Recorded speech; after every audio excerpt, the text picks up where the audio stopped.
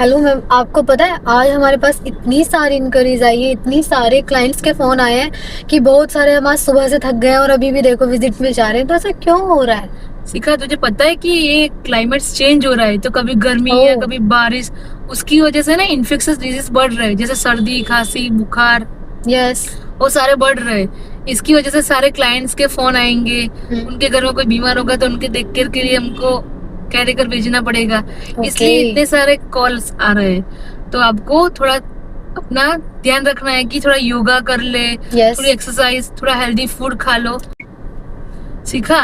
ये सब climate change की वजह से हमको है ना इम्यूनिटी बढ़ाना है। इम्यूनिटी बढ़ाओगे तो अपने आप वो सब कुछ खत्म हो जाएगा। ओके, तो मतलब हमारा फोकस इम्यूनिटी बढ़ाने में ही रहना चाहिए। ओके।